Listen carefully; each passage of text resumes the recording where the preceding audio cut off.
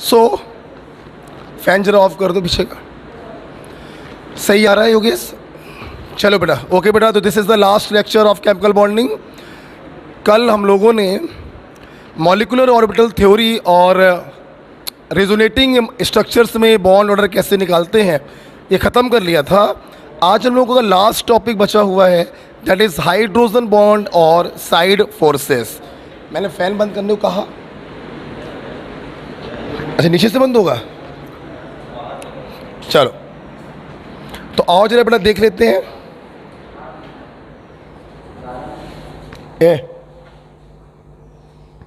Hydrogen bond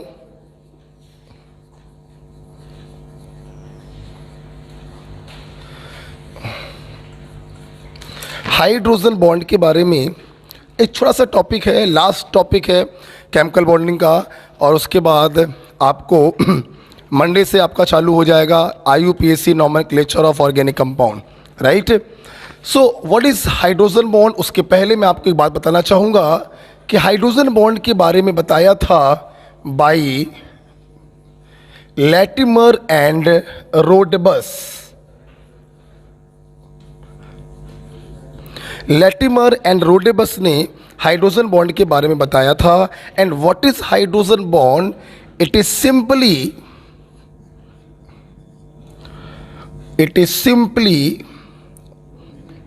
electrostatic force of attraction. It is simply electrostatic force of attraction. कैसा electrostatic force of attraction है तो उसको देखते हैं। मान लो ये कोई इलेक्ट्रोनेगेटिव एटम है जिससे कोवैलेंट बॉन्ड के द्वारा हाइड्रोजन जुड़ा हुआ है, ठीक है। और यहाँ पर कोई दूसरा इलेक्ट्रोनेगेटिव एटम है। आप लोगों ने पीरियोडिक टेबल में पढ़ा था इलेक्ट्रोनेगेटिव की, हमने एक ट्रिक बताई थी, फ़ोन कॉल है ब्रो काशी से PB सिंधु का। है तो सारे नहीं लेने हैं, हमें सिर्फ लेना है phone, fluorine, oxygen and nitrogen. और यहाँ पर भी होगा फ्लोरीन, ऑक्सीजन एंड नाइट्रोजन। अब सवाल ये है कि इलेक्ट्रोनेगेटिव एटम से होना क्या है। तो देखो जरा, इलेक्ट्रोनेगेटिव एटम है, इलेक्ट्रॉनों को अपनी तरफ आकर्षित करेगा, इस पर पार्शियल नेगेटिव, इस पर पार्शियल पॉजिटिव। ये भी इलेक्ट्रोनेगेटिव है, किसी ना किसी के साथ तो जुड़ा ही होगा, इलेक्ट्रॉनों को घसीटेगा, इस पर आएगा पार्शियल नेगेटिव। तो आप देख सकते हैं, आप देखिए जरा, पार्शियल पॉजिटिव और पार्शियल नेगेटिव के बीच में लगेगा इलेक्ट्रोस्टैटिक फोर्स ऑफ अट्रैक्शन। और इसी अट्रैक्शन को हम कहते हैं हाइड्रोजन बॉन्ड, राइट। तो हाइड्रोजन किसी इलेक्ट्रोनेगेटिव के साथ कोवैलेंट बॉन्ड से जुड़ा है, बगल में रखा है दूसरा इलेक्ट्रोनेगेटिव, इनके बीच में लगेगा इलेक्ट्रोस्टैटिक फोर्स ऑफ अट्रैक्शन, इसी को कहते हैं हाइड्रोजन बॉन्ड। जब मैं लास्ट ईयर पढ़ाता था तो मैं यहाँ पे 2-3 चीज़ें और भी बताता था। जैसा कि आप जानते हैं उतना एडवांस पढ़ने की हमें इस साल ज़रूरत नहीं है, तो जितना अपन का NCERT में है उससे 10-20% ज़्यादा पढ़ना है। अपन तो पढ़ाते थे NCERT से 100% ज़्यादा, उसकी ज़रूरत नहीं है। जितना NCERT में लिखा है उससे 10-20% ज़्यादा पढ़ना, right. So this is about the hydrogen bond. अब सोचो जरा, सोचो हाइड्रोजन पर और इस इलेक्ट्रोनेगेटिव एटम पर ये जो चार्ज है ये जितना ज़्यादा होगा, इलेक्ट्रोस्टैटिक फोर्स ऑफ अट्रैक्शन भी उतना ज़्यादा होगा, that is strength of hydrogen bond भी उतना ज़्यादा होगा। तो एक बात बताओ, अगर मैं आपसे क्वेश्चन पूछूं, जैसे फॉर एग्जांपल FH एक हाइड्रोजन बॉन्ड ये है, राइट। OH एक हाइड्रोजन बॉन्ड ये है, और NH एक हाइड्रोजन बॉन्ड ये है। अगर मैं आपसे पूछूं इनका स्ट्रेंथ ऑफ हाइड्रोजन बॉन्ड क्या होगा, तो कोई भी बता देगा इलेक्ट्रोनेगेटिविटी जितनी ज़्यादा होगी, फोर्स ऑफ अट्रैक्शन उतना ज़्यादा होगा, चार्ज का वैल्यू उतना ज़्यादा होगा। सो हाइड्रोजन बॉन्ड का स्ट्रेंथ भी उतना ज़्यादा होगा। इसलिए this hydrogen bond is much more stable then this and this is much more stable then that. बात क्लियर हो गया? अच्छा, अब सोचो अगर मैं यहां पर एक क्वेश्चन ये बना दूं, सोचना जरा, FH और यहां पर मैं F माइनस रखूं, तो जरा सोचना इसकी तुलना में यहां पर ये जो हाइड्रोजन बॉन्ड होगा स्ट्रांग होगा या वीक होगा? ऑफ कोर्स स्ट्रांग होगा। क्यों स्ट्रांग होगा? इट्स वेरी सिंपल डियर, यहां पर जो चार्जेस हैं वो पार्शियल हैं, एम आई राइट? जबकि यहां पर देखिए एक तो पार्शियल है, एग्री, लेकिन दूसरा क्या हो गया? फुल। तो यहां पर फोर्स ऑफ अट्रैक्शन बहुत ज्यादा, तो स्ट्रेंथ ऑफ हाइड्रोजन बॉन्ड भी बहुत ज्यादा। सो this is the order of strength of hydrogen bond। Okay, तो ध्यान रखिएगा हाइड्रोजन बॉन्ड कैसे बनाएंगे। किसी इलेक्ट्रोनेगेटिव से हाइड्रोजन कोवेलेंट बॉन्ड से जुड़ा होना चाहिए, बगल में दूसरा इलेक्ट्रोनेगेटिव होना चाहिए, उनके बीच में लगेगा फोर्स ऑफ अट्रैक्शन, इसी को कहते हैं हाइड्रोजन बॉन्ड। ओके, लिख सकते हैं। ठीक है, इसके बाद एक छोटा सा सवाल कराते हैं। तुम लोग क्यों लिख रहे हो? बाद में पढ़ना। तो तुम तो अभी IUPAC पढ़ रही होगी ना? ठीक है, ये डिस्टर्ब कर रहा होगा आपको, थोड़ा उधर खिसक जाओ। ओके डियर, लिख लिया बेटा आप लोगों ने? चलिए हटा दूं, इसको हटा दूं। अच्छा, तो ये एक छोटा सा इंट्रोडक्शन हुआ about the hydrogen bond.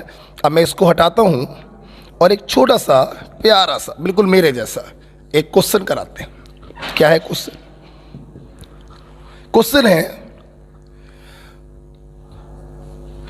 Hydrogen bond is present between, मैं 4 ऑप्शन दूंगा, हर ऑप्शन में 2-2 मॉलिक्यूल लिखे होंगे। आपको यह बताना होगा किस ऑप्शन में दोनों मॉलिक्यूल के बीच में हाइड्रोजन बॉन्ड होगा। It's a very simple, electronegative से कोवेलेंट बॉन्ड से H जुड़ा होना चाहिए, बगल में दूसरा इलेक्ट्रोनेगेटिव होना चाहिए, उनके बीच में बनेगा हाइड्रोजन बॉन्ड। बहुत ही पॉपुलर क्वेश्चन है ये आपके एग्जाम का। मैंने ऑप्शन दिया NH3 and NH3, B NH3 and CH4, बहुत ही पॉपुलर सवाल है। वाटर एंड से ईथर, और मैंने दिया HCl एंड HCl, मैंने दिया फॉर एग्जाम्पल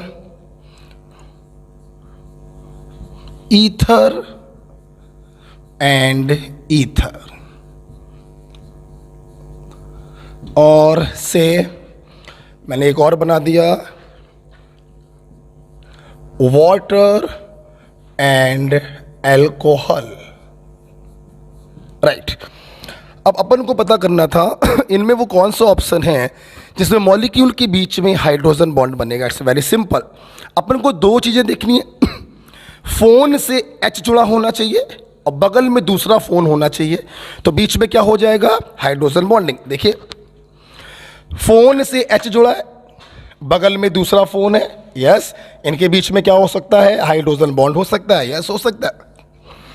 यहां पर देखिए फोन से तो H जुड़ा हुआ है, लेकिन बगल में कोई फोन नहीं है, इनके बीच में हाइड्रोजन बॉन्ड पॉसिबल नहीं है। राइट, फोन से H जुड़ा हुआ है, बगल में दूसरा फोन है, इसके H और इसके O के बीच में बनेगा हाइड्रोजन बॉन्ड, यस ये भी पॉसिबल है। फोन है ही नहीं और फोन ही नहीं है तो हाइड्रोजन बॉन्ड की बात ही नहीं उठती, इसलिए ये भी बेकार हो गया। यहां पर देखिए फोन तो है, फोन तो है, लेकिन फोन से जुड़ा डायरेक्ट हाइड्रोजन नहीं है। फोन से सी जुड़ा है, फोन से सी जुड़ा है, फोन से सी जुड़ा है, फोन से सी जुड़ा है, फोन से जुड़ा एच नहीं है, इसलिए यहां पर भी हाइड्रोजन बॉन्डिंग नहीं होगी। यहां पर देखिए फोन से एच जुड़ा, बगल में दूसरा फोन है, यस, यहां पर भी हाइड्रोजन बॉन्डिंग पॉसिबल है। तो बहुत ही आसान होता है हाइड्रोजन बॉन्डिंग को पहचानना। फोन से जुड़ा हो एच और बगल में होना चाहिए दूसरा फोन, इनके बीच में लगता है इलेक्ट्रोस्टैटिक फोर्स ऑफ अट्रैक्शन, जिसे कहते हैं हम लोग हाइड्रोजन बॉन्ड। ओके, तो ये हम लोग जो कुछ भी पढ़ रहे हैं डियर, ये एनसीईआरटी से पढ़ रहे हैं और 10-20% ज़्यादा, बहुत ज़्यादा अब मैं नहीं पढ़ाऊंगा, उसकी ज़रूरत नहीं है। ओके, क्लियर हो गया बेटा पॉइंट? आगे बढ़े। आओ, अभी देखो क्या यार, ये जो हाइड्रोजन बॉन्डिंग है ना, ये दो प्रकार के, इंटरमॉलिक्यूलर और इंट्रामॉलिक्यूलर। मैं इसको डालने जा रहा हूं। Okay, inter molecular hydrogen bond. देखो बेटा, आपको मैं बताऊं ना, इंटर का मतलब ही होता है दो लोगों के बीच में। इंटर का मतलब बेटा दो लोगों के बीच में। इंटर का मतलब ही होता है दो लोगों के बीच में। मतलब जब हाइड्रोजन बॉन्ड दो मॉलिक्यूल के बीच में बनता है तो उसे हम कहते हैं इंटर मॉलिक्यूलर हाइड्रोजन बॉन्ड। दूसरा आप पढ़ोगे intra molecular hydrogen bond. Intra का मतलब होता है एक ही मॉलिक्यूल के अंदर। तो अगर दो अलग अलग मॉलिक्यूल के बीच में हाइड्रोजन बॉन्ड बने तो इंटर कहेंगे, और एक ही मॉलिक्यूल में हाइड्रोजन बॉन्ड बन जाए तो इंट्रा कहेंगे। पहले हम लोग पढ़ने जा रहे हैं inter molecular hydrogen bond. 3 example मैं आपको इसके बताता हूं, या देखिएगा। पहला example that is water. Water, ये देखिए, आपको मालूम है वाटर पर कितने लोन पेयर होते हैं? 2। तो ये रहा है वाटर के ढेर सारे मॉलिक्यूल। ये देखिए वाटर के ढेर सारे मॉलिक्यूल्स हैं, एंड सो ऑन। आप देखिए फोन से जुड़ा है एच, बगल में रखा दूसरा फोन, इनके बीच में होगा इलेक्ट्रोस्टैटिक फोर्स ऑफ अट्रैक्शन, बोले तो हाइड्रोजन बॉन्ड। फोन से जुड़ा है एच, बगल में रखा है दूसरा फोन, इनके बीच में होगा इलेक्ट्रोस्टैटिक फोर्स ऑफ अट्रैक्शन, बोले तो हाइड्रोजन बॉन्ड। क्लियर? आप देख सकते हैं ये पार्शियल नेगेटिव होगा, ये पार्शियल पॉजिटिव होगा, ये पार्शियल नेगेटिव होगा, ये पार्शियल पॉजिटिव होगा। पॉजिटिव और नेगेटिव के बीच में लगेगा force of attraction. Got it? So what is this? This is between two molecule. So we say intermolecular hydrogen bonding. Right? अब सुनना जरा मेरी बात। अगर मैं यहां पर देखूं तो ऑक्सीजन पर कितने लोन पेयर है? 2। देखना, एक एच ने एक वाटर के साथ हाइड्रोजन बॉन्ड बनाया, दूसरा एच दूसरे वाटर के साथ हाइड्रोजन बॉन्ड बनाएगा। एक लोन पेयर यहां से जुड़ा पानी के साथ, तो दूसरा लोन पेयर दूसरे पानी के एच के साथ हाइड्रोजन बॉन्ड बनाएगा। तो अगर अपन ध्यान से देखें तो वाटर का एक मॉलिक्यूल कितने हाइड्रोजन बॉन्ड बना रहा है? 4। 2 with the help of hydrogen and 2 with the help of lone pair. बहुत ही इंपॉर्टेंट पॉइंट है। 10 1 molecule of water can form maximum 4 hydrogen bond। बेटा बोलो कितने? मैक्सिमम 4। बट रिमेंबर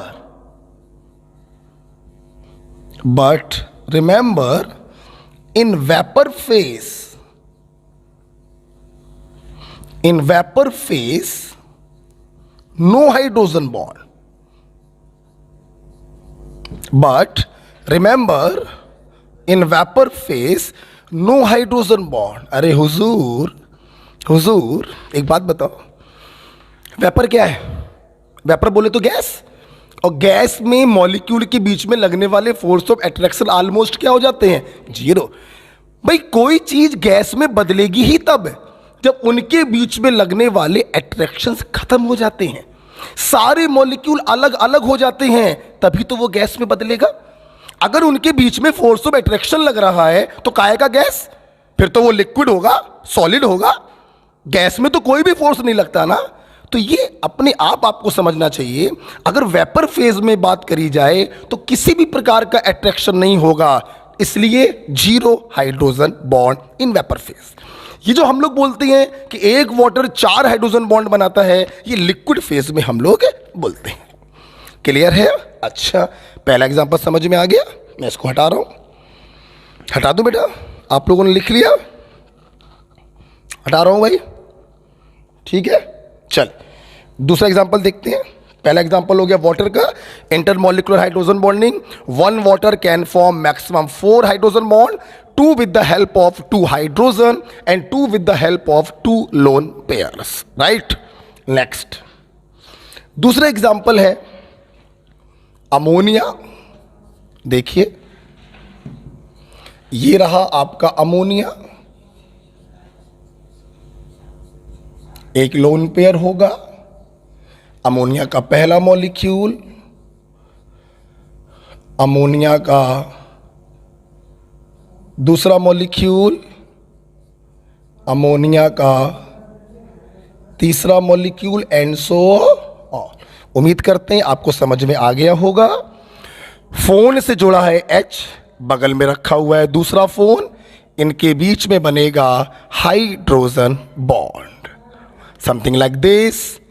ये आगे जाएगा और ये इस प्रकार से पीछे जाएगा।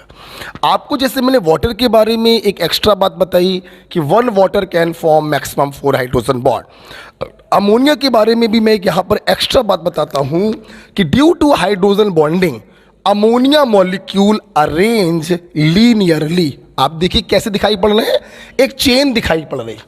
क्या दिखाई पड़ रही है? एक चेन दिखाई पड़ रही है। सो अमोनिया मॉलिक्यूल अरेंज लीनियरली। मैं यहां पर आपको एक बात और बताता हूं, आपको अच्छी लगेगी। देखिए ये कोई कॉन्सेप्ट नहीं है। अब जो मैं बोलने जा रहा हूं, जो मैं अब बोलने जा रहा हूं वो कोई कॉन्सेप्ट नहीं है, बस एक ऐसे ही बनाया हुआ हल्का फुल्का पॉइंट है। ठीक, सुनना मेरी बात, बनाया हुआ पॉइंट है, समझना। अगर कोई आपसे कहे कि अमोनिया का एक मॉलिक्यूल कितने हाइड्रोजन बॉन्ड बनाएगा, तो हो सकता है आपको फील आ रहा हो कि 3 H से बना लेगा और एक लोन पेयर से बना लेगा। आपको लग रहा होगा 4 बनाएगा। नहीं, तो समझिएगा कॉन्सेप्ट नहीं है, मेरा बनाया हुआ फंडा है। H और लोन पेयर, उसमें से जिसकी वैल्यू कम हो, आपने मोल पढ़ा होगा, कितना प्रोडक्ट बनेगा ये कौन डिसाइड करता था? लिमिटिंग रिएजेंट, मतलब जिसका अमाउंट कम हो। बस वही फंडा यहां लगा दो। H और लोन पेयर में जिसका नंबर कम हो वो डिसाइड करेगा कितने हाइड्रोजन बॉन्ड बनेंगे। जैसे 3 H है, एक लोन पेयर, कम कौन है? एक लोन पेयर, तो एक लोन पेयर से बनेगा, एक H से बनेगा, तो अमोनिया का एक मॉलिक्यूल 2 हाइड्रोजन बॉन्ड बनाएगा। खत्म होगी बात। जैसे मान लो अपन बात करें वाटर। अब सवाल आया वाटर में कितने हाइड्रोजन बॉन्ड बनेंगे? देखना 2 H है और 2 लोन पेयर, तो दोनों ही लिमिटिंग है, तो दोनों H भी इन्वॉल्व होंगे और दोनों लोन पेयर भी इन्वॉल्व होंगे। कितने बनेंगे? 4। ट्रिक है, कोई कॉन्सेप्ट नहीं है। देखते हैं आपको कुछ समझ में आया। अगर देखते हैं HF, F के पास कितने लोन पेयर? 3। बताओ कितने बनेंगे? कितने बनेंगे? 2। क्यों? एक H है और 3 लोन पेयर, तो लिमिटिंग कौन हो गया? H। तो एक H से बनेगा और एक ही बनेगा लोन पेयर से। कितने बनेंगे? 2। ओके, फॉर एग्जाम्पल देखते हैं आप कुछ समझे कि नहीं समझे। मान लो अगर मैं आपसे कहूं, चलो समझ गए होगे, ठीक है, तो इससे 2 हाइड्रोजन बॉन्डिंग के कारण अमोनिया मॉलिक्यूल जो होते हैं वो लीनियरली अरेंज हो जाते हैं। Got it dear? एक वाटर कितने बनाएगा? 4, एक अमोनिया से 2। ओके, तीसरा हम लोग देखेंगे, HF में देख सकते हैं, yes HF, HF, HF, HF, HF। उम्मीद करते हैं दिखाई पड़ गया होगा। देखिए, फोन से जुड़ा H, बगल में दूसरा phone, electrostatic force of attraction. Phone से जुड़ा H, बगल में दूसरा phone, electrostatic force of attraction. Phone से जुड़ा H, बगल में दूसरा phone, electrostatic force of attraction, electrostatic force of attraction. यहां पर भी मैं आपको एक एक्स्ट्रा बात बताना चाहूंगा। जिस प्रकार से अमोनिया लीनियरली अरेंज हो जाता है due to hydrogen bonding, HF जो होता है वो जिग जैग पैटर्न में अरेंज होता है। कैसे बेटा? जिग जैग पैटर्न में arranged in zigzag pattern. Okay, तो due to intermolecular hydrogen bond, HF molecule arranged in zigzag pattern. इस प्रकार से मैंने आपको 3 एग्जाम्पल कराए इंटरमॉलिक्यूलर हाइड्रोजन बॉन्डिंग के। ठीक है,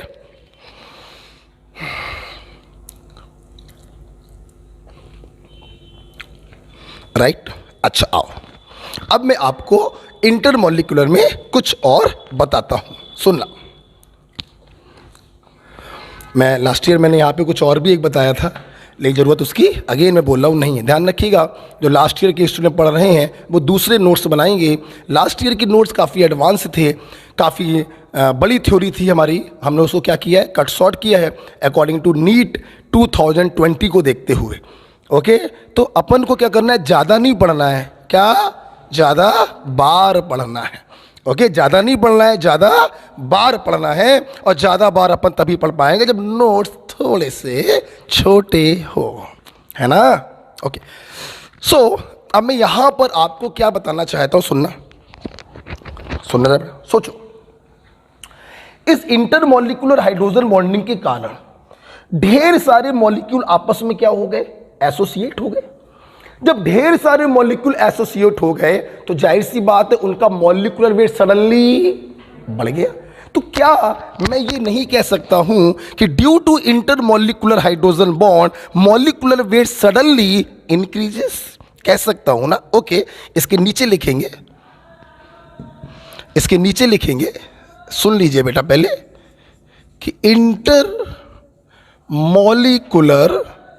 हाइड्रोजन बॉन्ड के कारण लाखों हजारों मॉलिक्यूल आपस में जुड़ जाते हैं, जिससे उनका मॉलिक्यूलर वेट एनॉर्मसली बढ़ जाता है, सडनली बढ़ जाता है। आप मुझसे भविष्य में पढ़ेंगे, मॉलिक्यूलर वेट जितना ज़्यादा होता है उस लिक्विड को वेपर में बदलना उतना ही मुश्किल होता है। क्यों? जो जितना ज़्यादा भारी होता है उसमें फोर्स ऑफ अट्रैक्शन उतना ज़्यादा होता है, और अट्रैक्शन जितना ज़्यादा होगा उसको वेपर में बदलना उतना ही मुश्किल। उतना ही मुश्किल का मतलब है कि आपको उसको उतना ही ज़्यादा गर्म करना पड़ेगा, तब हाई टेम्परेचर पर जाकर वो वेपर में बदलेगा। कहने का मतलब जिसका मॉलिक्यूलर वेट ज़्यादा होता है उसका बॉइलिंग पॉइंट भी ज़्यादा होता है। बॉइलिंग पॉइंट की एग्जैक्ट डेफिनेशन आप हमसे पढ़ोगे in the chapter colligative property. अभी सिर्फ मोटे मोटे बुद्धि में आप इतना समझ लीजिए, लिक्विड का वेपर में बदलना जिस टेम्परेचर पर होता है that temperature is called boiling point. आप समझेंगे मॉलिक्यूलर वेट बढ़ गया, अच्छा तो फोर्स ऑफ अट्रैक्शन बढ़ गया, और फोर्स ऑफ अट्रैक्शन अगर बढ़ गया तो उसको वेपर में बदलना मुश्किल। मुश्किल का मतलब गर्म करना पड़ेगा ज़्यादा, मतलब बॉइलिंग पॉइंट ज़्यादा। आप हमसे पढ़ रहे हैं, रेक्टिफिकेशन बिल्कुल भी नहीं, समझेंगे चीज़ों को। ठीक, मैंने अभी भी बोला कि इंटरमॉलिक्यूलर के कारण मॉलिक्यूलर वेट बढ़ गया, फोर्स बढ़ गया, वेपर में बदलने की टेंडेंसी कम हो गई।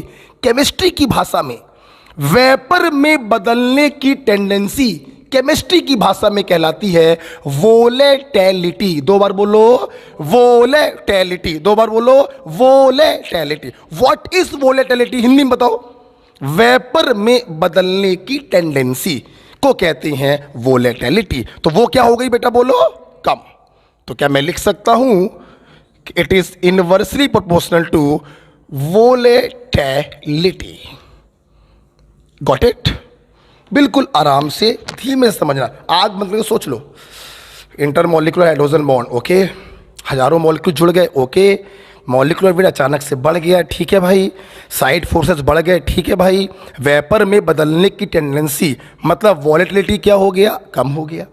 जब वेपर में बदलने का टेंडेंसी कम हो गया, वोलेटिलिटी कम हो गया, तो हमें ज़्यादा गर्म करना पड़ेगा, मतलब उसका बॉइलिंग पॉइंट क्या हो गया, ज़्यादा। Got it? Okay, next point सुना बेटा, ये जो इंटरमॉलिक्यूलर हाइड्रोजन बॉन्डिंग है, यही वो केस है जिसके कारण सॉल्युबिलिटी बढ़ जाती है। ओके, सुनिएगा जरा, सब लोग समझाएंगे। आपको मालूम है, like dissolve like, ionic compound ही वाटर में डिसॉल्व हो सकते हैं, कोवैलेंट कंपाउंड वाटर में डिसॉल्व नहीं हो सकते, फिर भी शक्कर पानी में घुल जाती है, दारू भी पानी में मिलकर एक पैग बना लेता है। व्हाट इज दारू? दारू इज अल्कोहल, एथिल अल्कोहल। तो आखिरकार मेरे भाई, तू तो कोवैलेंट था, तू पानी में कैसे घुल सकता है? तो उसने बोला, भाई परेशान मत हो, वो होता ये है कि हम पानी के साथ हाइड्रोजन बॉन्ड बना लेते हैं, और इस हाइड्रोजन बॉन्ड के कारण ये अल्कोहल जो है पानी में घुल जाता है और एक पैग बन जाता है, जिसको पीने के बाद अक्सर लोग अगले दिन नाली में औंधे मुंह दिखाई पड़ते हैं। ठीक है, तो किसने घोला? हाइड्रोजन बॉन्ड ने घोला। मतलब इंटरमॉलिक्यूलर हाइड्रोजन बॉन्ड जितना ज्यादा होगा, हम कह सकते हैं उसका सॉल्युबिलिटी भी उतना ज्यादा होगा। Got it? रटेंगे नहीं बिल्कुल भी। Next and last, intermolecular hydrogen bond जितना ज्यादा होगा, विस्कोसिटी भी उतनी ज्यादा होगी, विस्कोसिटी भी उतनी ज्यादा होगी। इंटरमॉलिक्यूलर हाइड्रोजन बॉन्ड जितना ज्यादा होगा, विस्कोसिटी भी उतनी ज्यादा होगी। अब तुम सोच रहे होगे ये विस्कोसिटी क्या, मुझे भी नहीं आता है, एक्चुअली ये फिजिक्स का टॉपिक है। मुझे इतना आता है कि विस्कोसिटी का मतलब होता है चिपचिपाहट। क्या मतलब होता है विस्कोसिटी का? चिपचिपाहट, दैट्स इट। जैसे जैसे एथिल अल्कोहल, समझेंगे, लिखेंगे नहीं, समझेंगे। ये रहा एथिल अल्कोहल, ये रहा ग्लाइकॉल, लिखना नहीं है, हम बाद में खुद लिख पाएंगे, और ये रहा ग्लिसरॉल।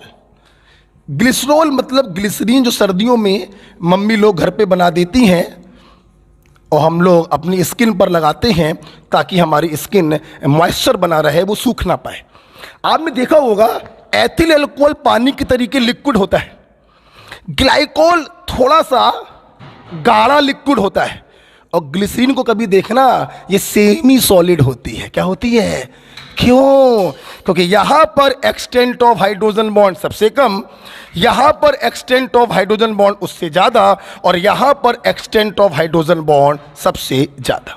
तो जैसे जैसे इंटरमॉलिक्यूलर हाइड्रोजन बॉन्डिंग बढ़ती जा रही है, आप देख सकते हैं चिपचिपाहट बढ़ती जा रही है, विस्कोसिटी बढ़ती जा रही है। सो दिस वन, हमारी बात समझ में आ रही है? तो क्या याद करते हैं कुछ?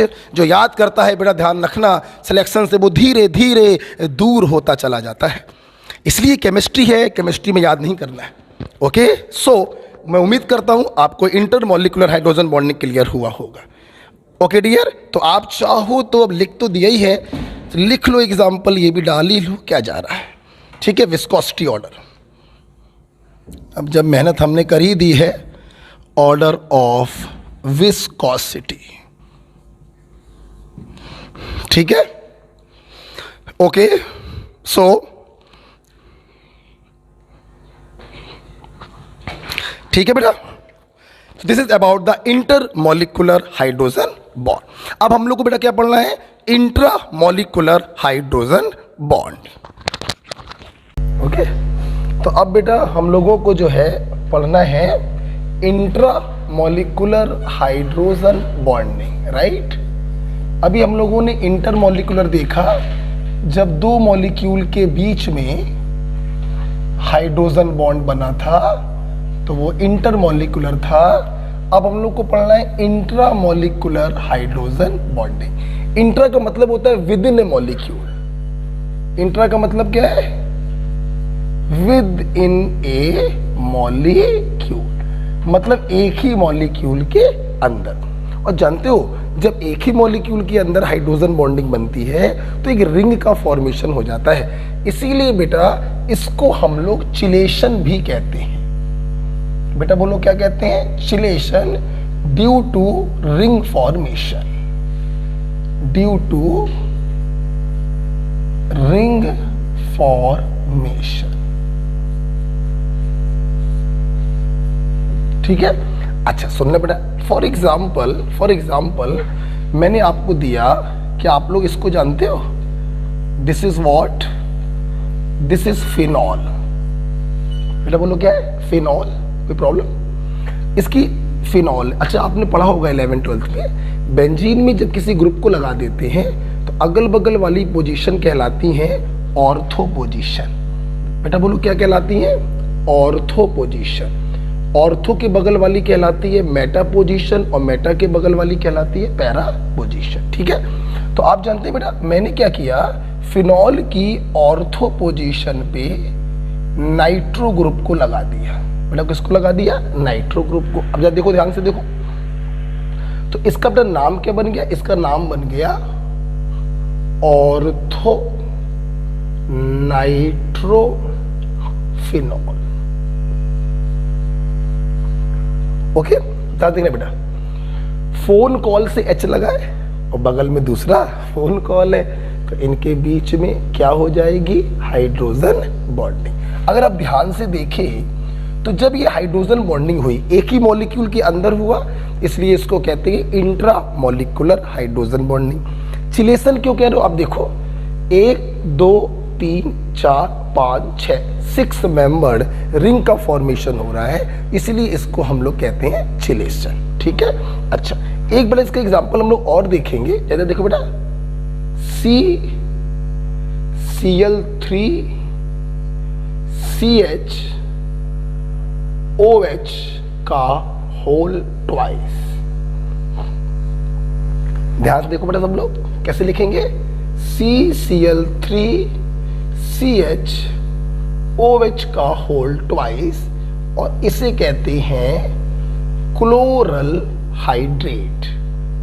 बेटा बोलो क्या कहते हैं? Chloral hydrate. ध्यान सुने बेटा, देखिए वैसे तो मैंने आपको बताया कि हाइड्रोजन जिससे जुड़ा है वो फोन होना चाहिए, फ्लोरीन ऑक्सीजन नाइट्रोजन, और जिसके साथ हाइड्रोजन बॉन्ड बना रहा है वो भी फोन होना चाहिए, फ्लोरीन ऑक्सीजन और नाइट्रोजन। बट ध्यान रखना, क्लोरल हाइड्रेट इकलौता ऐसा केस है जहां पे Cl, भाई इलेक्ट्रोनेगेटिव तो ये भी होता है, इस पर भी पार्शियल नेगेटिव चार्ज होगा, तो इकलौता केस है जहां पे Cl हाइड्रोजन बॉन्डिंग में पार्टिसिपेट करता है। ये देखिए यहां तो मामला ठीक था, फोन से जुड़ा हुआ था H, लेकिन बगल में फोन की जगह पे कॉल आ गया, क्लियर, Cl आ गया। इलेक्ट्रोनेगेटिव तो ये भी पर्याप्त है, बट आपको जान के खुशी होगी Cl के द्वारा हाइड्रोजन बॉन्डिंग शो करने वाला ये इकलौता केस है। इसका नाम होता है chloral hydrate, the only example where chlorine shows hydrogen bonding. ठीक है, क्लोरल हाइड्रेट के बारे में एक बात बेटा मैं और भी बताता हूं। क्या? Chloral hydrate is the only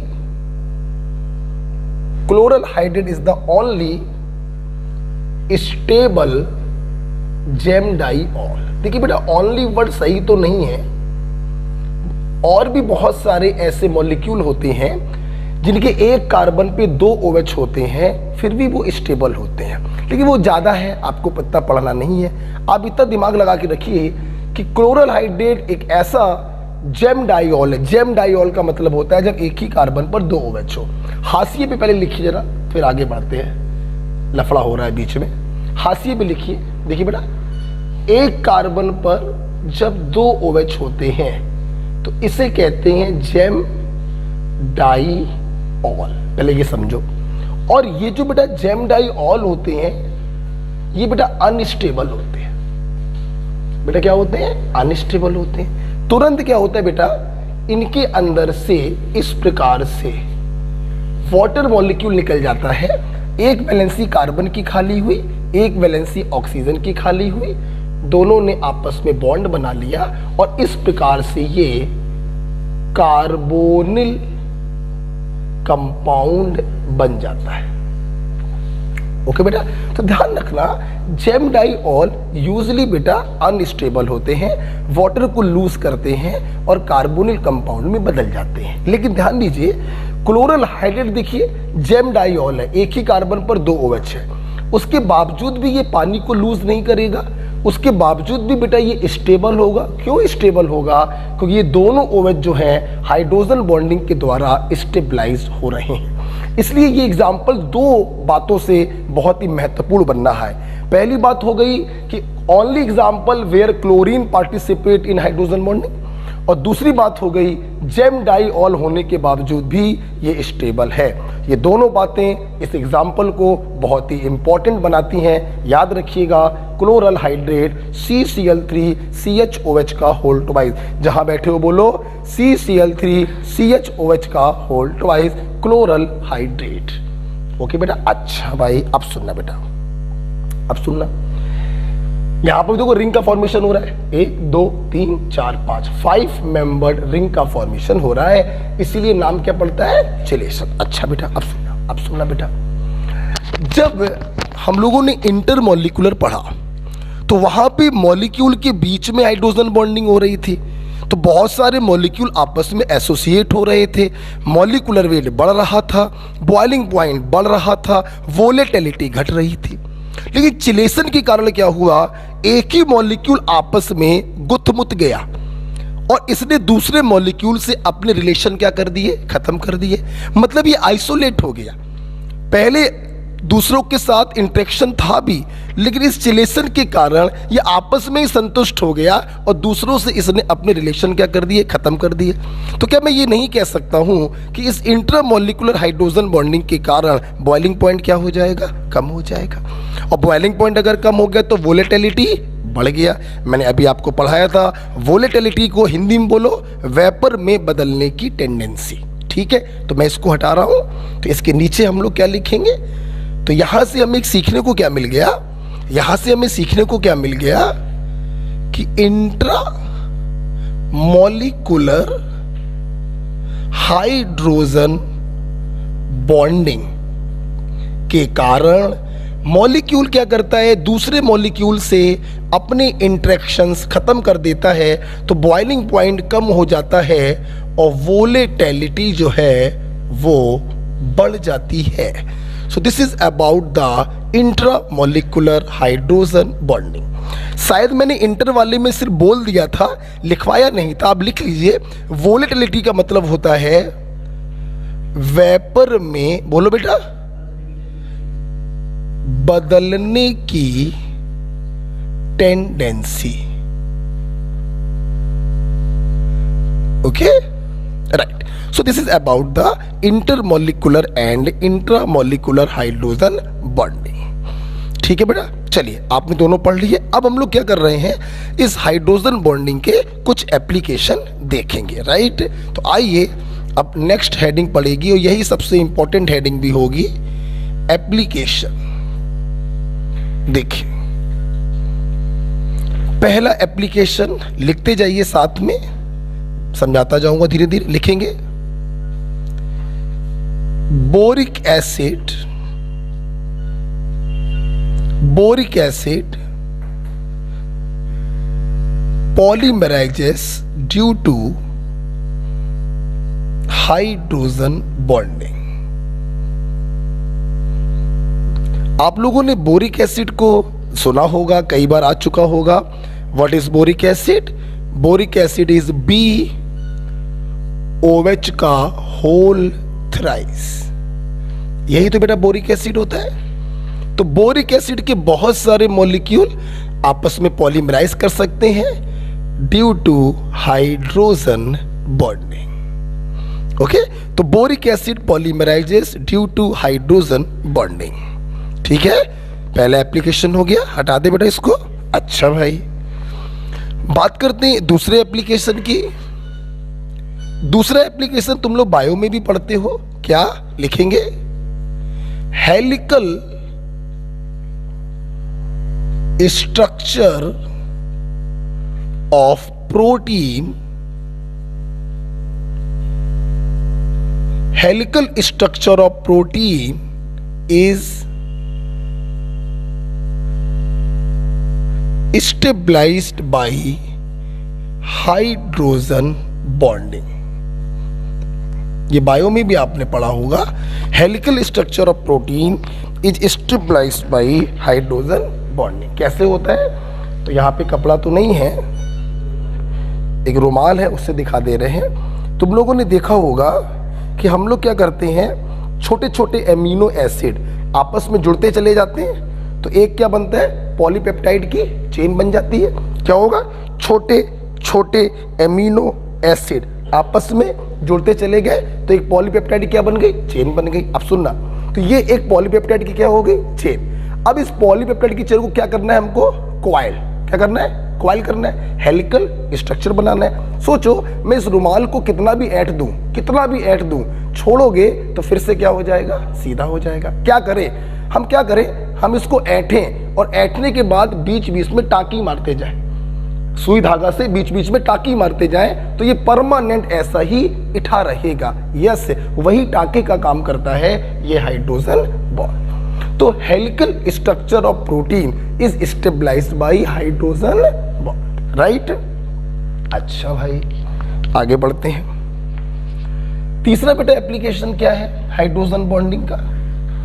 तीसरा एप्लीकेशन हमारी केमिस्ट्री से रिलेटेड है। लिखेंगे KHF2 exist but other KHX2 does not exist.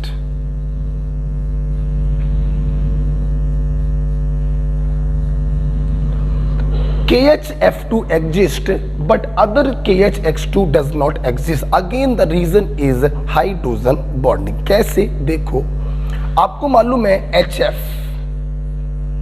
और ये रहा दूसरा HF। आपको मालूम है कि HF में क्या पॉसिबल है? HF में पॉसिबल है हाइड्रोजन बॉन्ड, पॉसिबल है। फोन कॉल से जुड़ा है H, बगल में है दूसरा फोन कॉल। और ये भी मालूम है, अभी आपने थोड़ी देर पहले देखा था कि इनके बीच का जो हाइड्रोजन बॉन्ड होगा बहुत ही स्टेबल होगा। ये इतना स्टेबल होता है बेटा कि HF के दो मॉलिक्यूल आपस में डाइमराइज कर जाते हैं और ये डायमर के फॉर्म में पाए जाते हैं H2F2 के लिए। आप सोच के बताओ, क्या HCl, HBr और HI इनमें से किसी में भी हाइड्रोजन बॉन्डिंग होगी? नहीं। क्या उनमें से कोई भी डायमर के फॉर्म में पाया जाएगा? नहीं। ठीक है, तो डायमर के फॉर्म में सिर्फ कौन पाया जा रहा है? HF। ये जो डायमर है ये अपने अंदर से एक H+ को लूज करके अपना एक एनायन बना लेता है HF2-। ओके, तो आप बताओ, जो इस प्रकार का आयन बनाएगा वही तो इस प्रकार का सॉल्ट बनाएगा।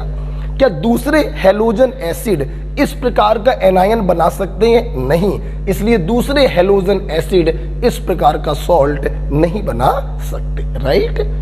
तो सिर्फ KHF2 क्यों बनता है? क्योंकि HF डाइमराइज कर जाता है due to very strong hydrogen bonding. Okay,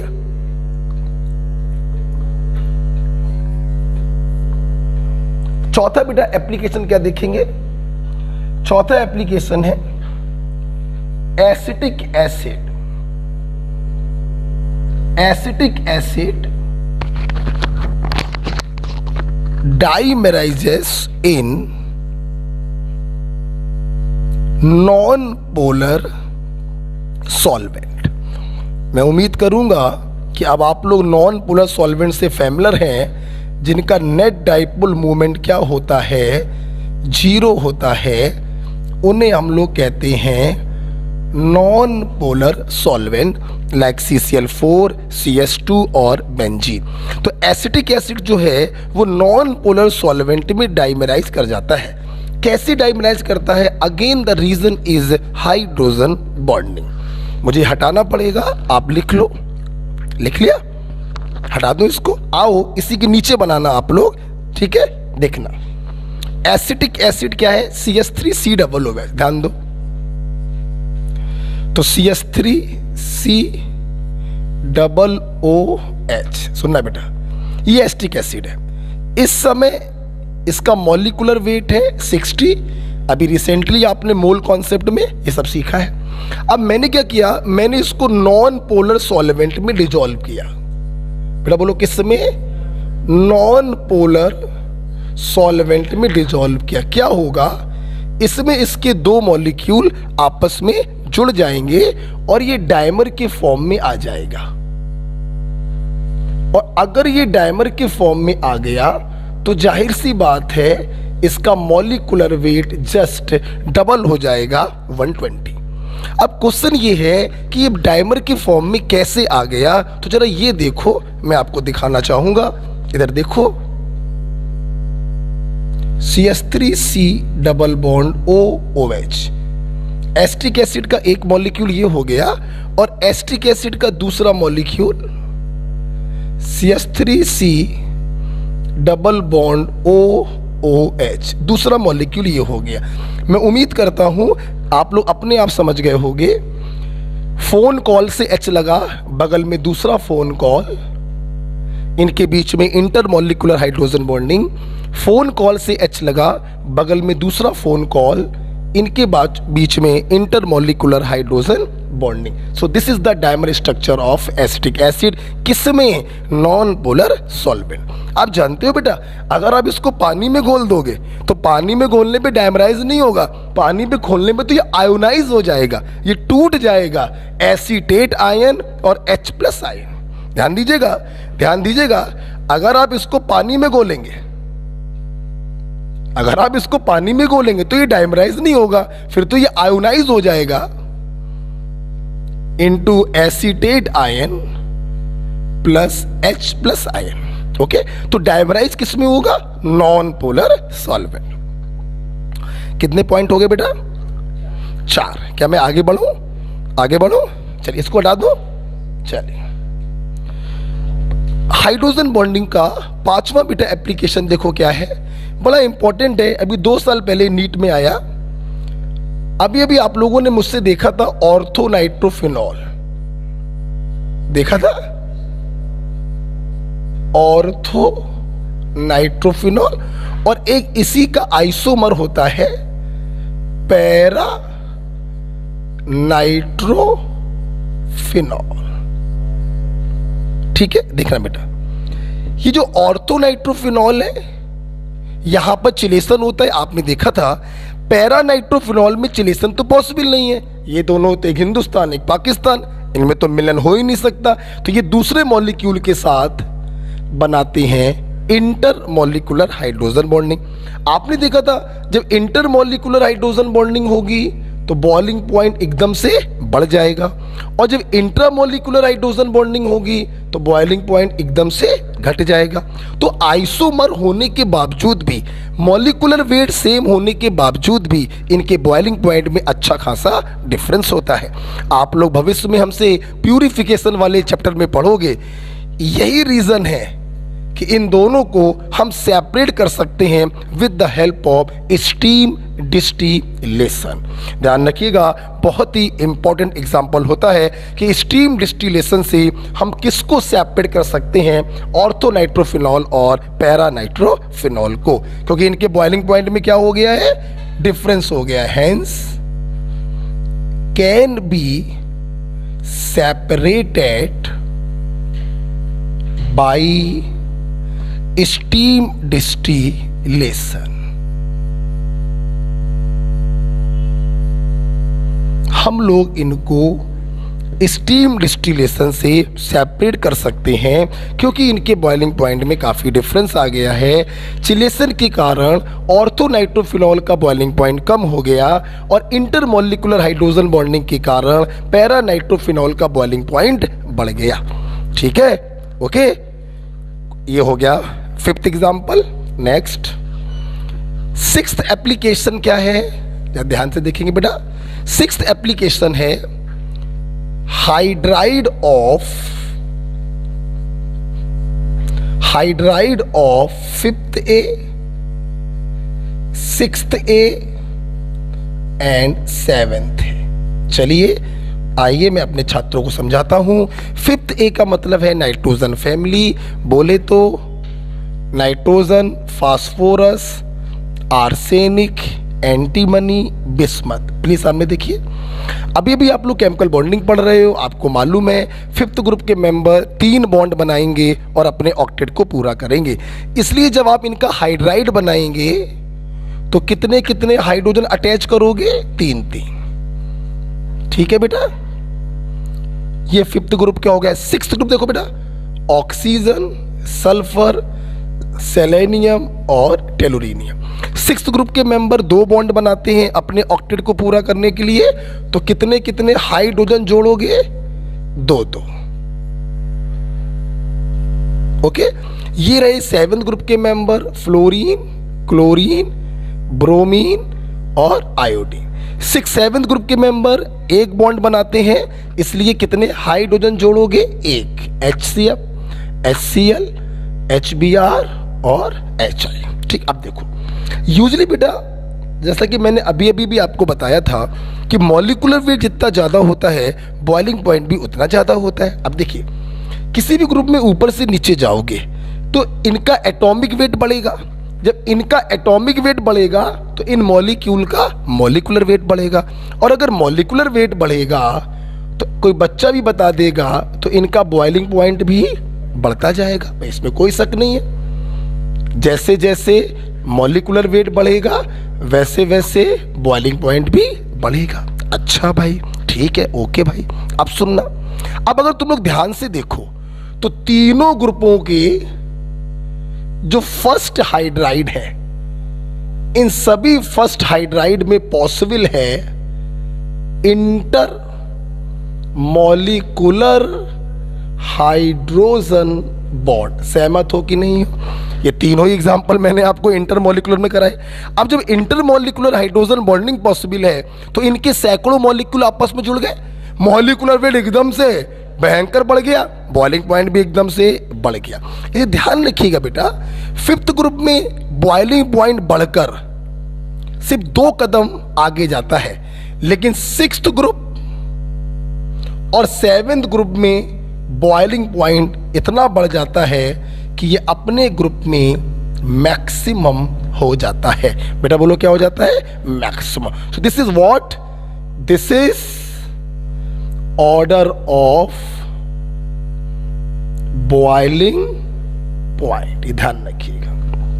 okay बेटा, तो मैंने कैसे समझाया आपको कि वैसे तो डाउन द ग्रुप जाने पर बॉइलिंग पॉइंट बढ़ रहा है क्योंकि मॉलिक्यूलर वेट बढ़ रहा है, लेकिन तीनों ग्रुपों के जो फर्स्ट हाइड्राइड हैं उनमें इंटर मॉलिक्यूलर हाइड्रोजन बॉन्डिंग के कारण इतना ज़्यादा बॉइलिंग पॉइंट बढ़ जाता है कि ये 2 कदम आगे आ जाता है और ये दोनों मैक्सिमम हो जाते हैं। आप जानते हैं यही तो बेटा कारण है, यही तो बेटा कारण है कि 6th ग्रुप और 7th ग्रुप में सिर्फ फर्स्ट 2 मेंबर लिक्विड होते हैं। बेटा क्या होते हैं? लिक्विड। बाकी सारे के सारे मेंबर क्या होते हैं? गैस। क्योंकि हाइड्रोजन बॉन्डिंग के कारण इनका बॉइलिंग पॉइंट इतना ज्यादा हो जाता है कि रूम टेम्परेचर पर ये वेपर में बदल ही नहीं पाते और इनकी नेचुरल फेस क्या होती है? लिक्विड। जबकि बाकी सबके सब क्या होते हैं? गैस। ध्यान रखिएगा, ये तीनों गैस हैं, ये तीनों कैसे हैं? गैस हैं, और इधर ये तीनों कैसे होंगे? गैस। लेकिन 5th ग्रुप में बेटा सबके सब कैसे होते? Gas.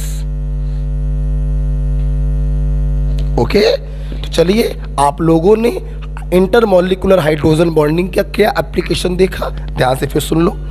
Due to intermolecular hydrogen bonding ammonia का बॉइलिंग पॉइंट 2 कदम आगे जाएगा, वाटर और HF का तो सबसे आगे चला जाएगा। Due to intermolecular hydrogen bonding water और HF लिक्विड होते हैं, बाकी सारे मेंबर जो होते हैं वो गैसियस होते हैं। राइट बेटा, चलो 6वें के बाद पॉइंट नंबर 7 पे जा रहे हैं हम लोग। पॉइंट नंबर 7 क्या है? देखो बेटा, सेम पॉइंट है। सेम पॉइंट का मतलब वाटर, एथिल अल्कोहल, और ईथर। अब ध्यान दें सब लोग, अभी अभी आपने शुरुआत में ये देखा था कि ईथर में फोन तो है लेकिन उससे जुड़ा हाइड्रोजन नहीं है, तो ईथर के मॉलिक्यूल के बीच में हाइड्रोजन बॉन्डिंग पॉसिबल नहीं है। जबकि अल्कोहल के मॉलिक्यूल के बीच में भी हाइड्रोजन बॉन्डिंग होगी और वाटर के मॉलिक्यूल के बीच में भी हाइड्रोजन बॉन्डिंग होगी। तो हाइड्रोजन बॉन्डिंग के कारण इन दोनों के बॉइलिंग पॉइंट जो होते हैं वो ईथर से ज़्यादा हो जाते हैं। सवाल है वाटर और अल्कोहल में कैसे कंपेयर करें, तो ध्यान रखिएगा वाटर में एक्सटेंट ऑफ हाइड्रोजन बॉन्डिंग ज़्यादा है, क्योंकि वाटर का एक मॉलिक्यूल 4 हाइड्रोजन बॉन्ड बनाता है जबकि यहाँ पर सिर्फ 2 बनते हैं। इसलिए due to more extent of hydrogen bond, ठीक है। So this is the order of boiling point.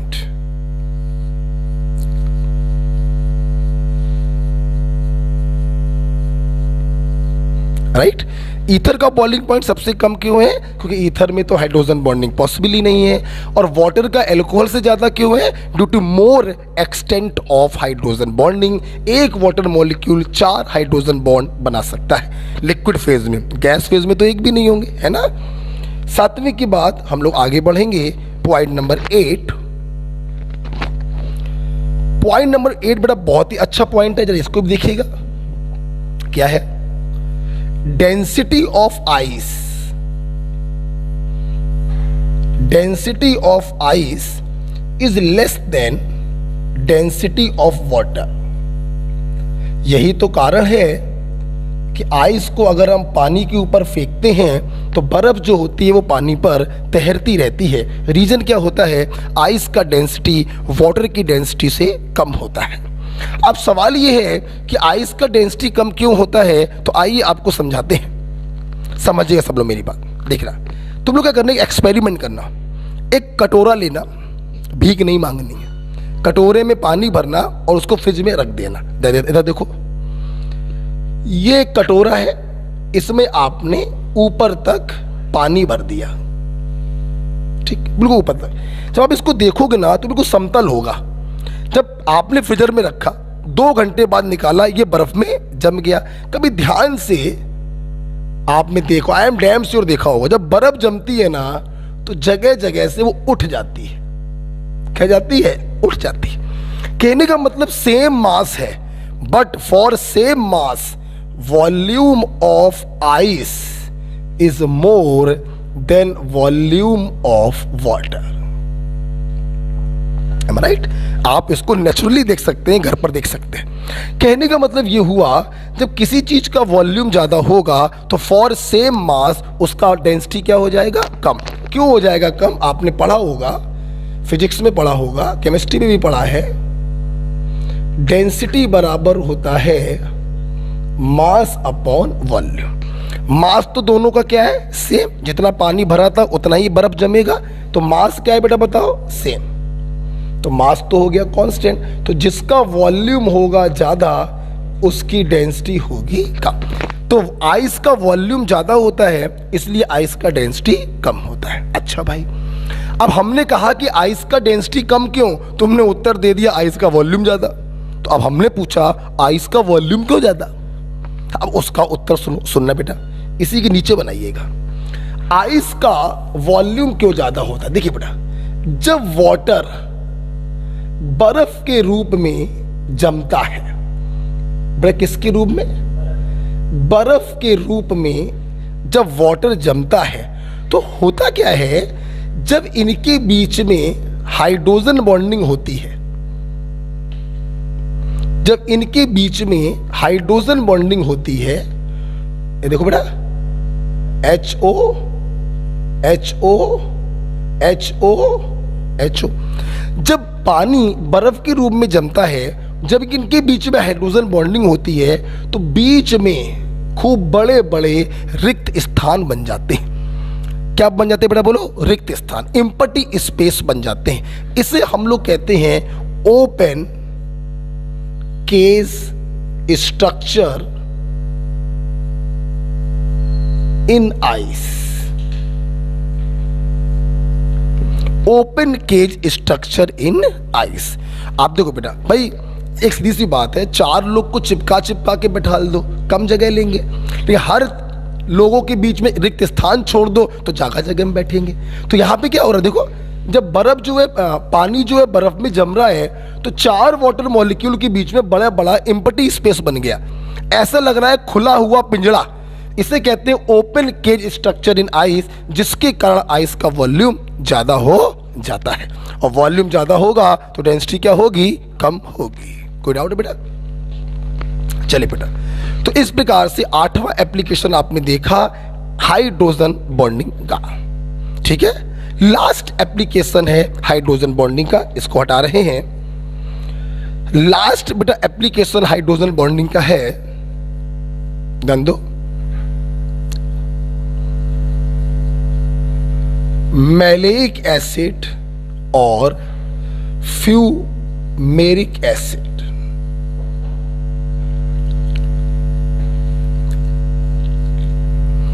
Maleic acid और फ्यूमेरिक एसिड।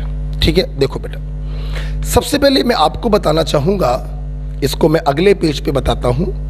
ठीक है, अगले पेज पे एक पॉइंट कहीं लिख लीजिएगा, एक पॉइंट कहीं लिख लीजिएगा। आप इसको तो जानते होंगे, ये क्या होता है, एथिलीन होता है। अभी रिसेंटली आप लोग पढ़ेंगे, सोमवार से आप लोग पढ़ेंगे IUPAC, तब आप लोग पढ़ेंगे ये बेटा क्या होता है, एथिलीन होता है। अच्छा सुनना बेटा, हम लोग क्या करें, एथिलीन के दोनों H हटाकर एक एक H हटाया और एक एक COOH लगा दिया। ठीक है, देखो बेटा, CH double bond CH, COOH एक यहां लगा दिया और COOH एक यहां लगा दिया। ये बेटा कहलाता है मैलेइक एसिड, और यही बेटा कहलाता है फ्यूमेरिक एसिड। ओके बेटा, ध्यान रखना बेटा सब। मैलेइक एसिड और फ्यूमेरिक एसिड एक्चुअली में दोनों के फार्मूले क्या होते हैं, सेम होते हैं। मैलेइक एसिड और फ्यूमेरिक एसिड एक्चुअली में दोनों के फार्मूले सेम होते हैं। अंतर बेटा बस इतना होता है, या आप लोग भविष्य में पढ़ेंगे आइसोमेरिज्म में, कि maleic acid is a cis form और fumaric acid is a trans form. अब जो बच्चे फ्रेशर्स हैं वो सोच रहे होंगे सर ये सिस और ट्रांस का मतलब क्या होता है। वैसे डिटेल में पढ़ोगे आप जब आइसोमेरिज्म पढ़ोगे, अभी फिलहाल आप लिखिए, अभी मैं समझाता हूँ। हाशिए पे लिखिएगा ये पॉइंट कहाँ लिखिएगा, हाशिए पे लिख लीजिएगा। एथिलीन से 2 H हटाए और एक एक COOH लगा दिया, इसी को कहते हैं मैलेइक एसिड, इसी को कहते हैं फ्यूमेरिक एसिड। ठीक है, मैं वापस से अपने उस पेज पे आ रहा हूं, बेटा लिख लिया। अच्छा अब देखना, आप समझो, देखना मैलेइक एसिड और फ्यूमेरिक एसिड में अंतर क्या है। मैंने अभी भी बताया maleic acid is a cis form and fumaric acid is a trans form. इसका मतलब ज्यादा डिटेल में नहीं समझेंगे, अभी देखो।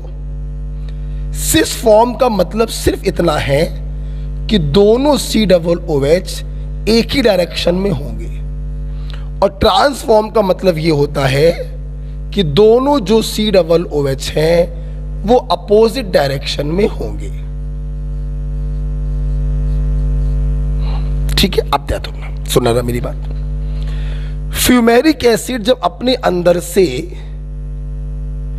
एक H+ को लूज करता है,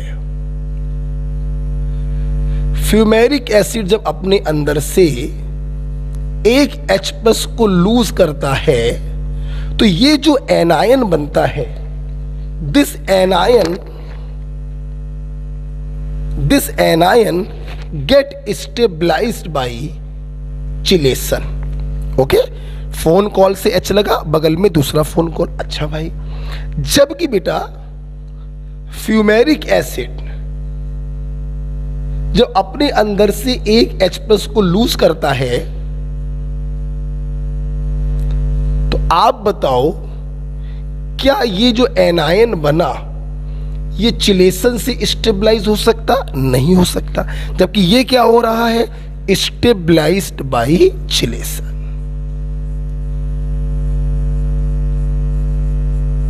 स्टेबलाइज्ड बाय जिलेशन।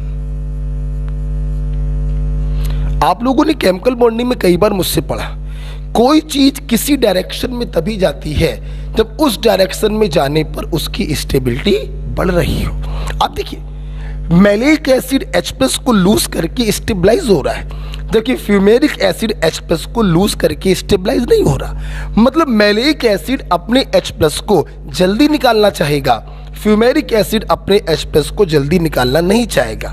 जो जितनी जल्दी H+ को निकालता है वो उतना ज़्यादा एसिडिक होता है। तो हम कहेंगे कि malic acid is stronger then fumaric acid. आप भविष्य में हमसे एक चीज पढ़ोगे, आयनिक इक्विलिब्रियम में एसिड की एसिडिक स्ट्रेंथ कंपेयर करते हैं आयोनाइजेशन कांस्टेंट से। बड़ा बोलो, किससे? आयोनाइजेशन कांस्टेंट से। तो ध्यान रखना बेटा, जिसकी एसिडिक स्ट्रेंथ ज्यादा उसका आयोनाइजेशन कांस्टेंट भी ज्यादा। पहला H निकाल रहे हो या दूसरा?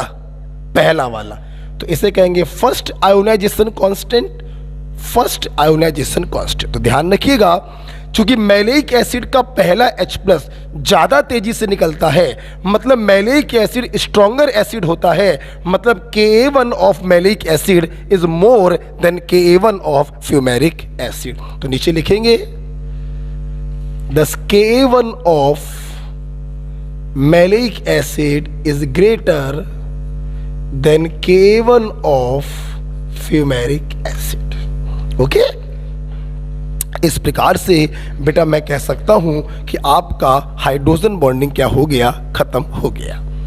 जब आप ये हाइड्रोजन बॉन्डिंग इतना पढ़ लें तो आप 2 मिनट के लिए वीडियो को पॉज करेंगे और पूरे हाइड्रोजन बॉन्डिंग को पहले रिवाइज करेंगे, ठीक है? खैर, अब मैं आपको ये सब खत्म कर चुका हूं। हम लोगों ने शुरुआत किया था आयनिक बॉन्ड से, covalent bond, coordinate bond, hydrogen bond, ये खत्म हो गया। अब जानते बेटा, इनके अलावा भी कुछ और फोर्सेस होते हैं जिनकी स्ट्रेंथ बहुत ही कम होती है, लेकिन होते हैं। हमें उन फोर्सेस को भी पढ़ना है। तो last point for the chapter, few side forces, and side forces are actually weak forces. Few side forces और वीक फोर्सेस आई।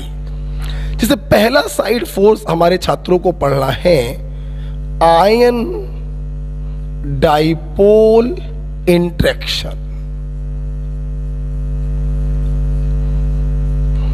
आयन डाइपोल इंट्रैक्शन, देखिए बेटा, तो जितने भी बेटा साइड फोर्सेस है ना, जितने भी बेटा साइड फोर्सेस है ना, ये सब के सब अपने नाम से एक्सप्लेन हो जाएंगे। आयन डाइपोल इंट्रैक्शन का मतलब है interaction between ion and dipole. Ion का मतलब है कैटायन और एनायन, और डाइपोल का मतलब है पोलर मॉलिक्यूल जिसका नेट डाइपोल मूवमेंट जीरो ना हो, राइट? इधर देखिए, तो आयन डाइपोल इंट्रैक्शन क्या है? ये इंट्रैक्शन लगता है between ion and polar molecule, ठीक है? इधर देखो, मान लो एक हमने आयन ले लिया कैटायन, कैटायन का मतलब पॉजिटिवली चार्ज, ठीक है? आप एनायन भी ले सकते हो। और पोलर मॉलिक्यूल का मतलब है जो डाइपोल के रूप में पाया जाएगा। आप खुद देख सकते हो, बहुत कोई बच्चा भी बता देगा, इसके प्लस और इसके माइनस के बीच में लगेगा इलेक्ट्रोस्टैटिक फोर्स ऑफ अट्रैक्शन, और इसी अट्रैक्शन को कहते हैं आयन डाइपोल इंट्रैक्शन। बहुत ही आराम से हम इसके एग्जाम्पल देख सकते हैं। आप किसी भी आयन को अगर वाटर में डालें, किस में डालें बेटा?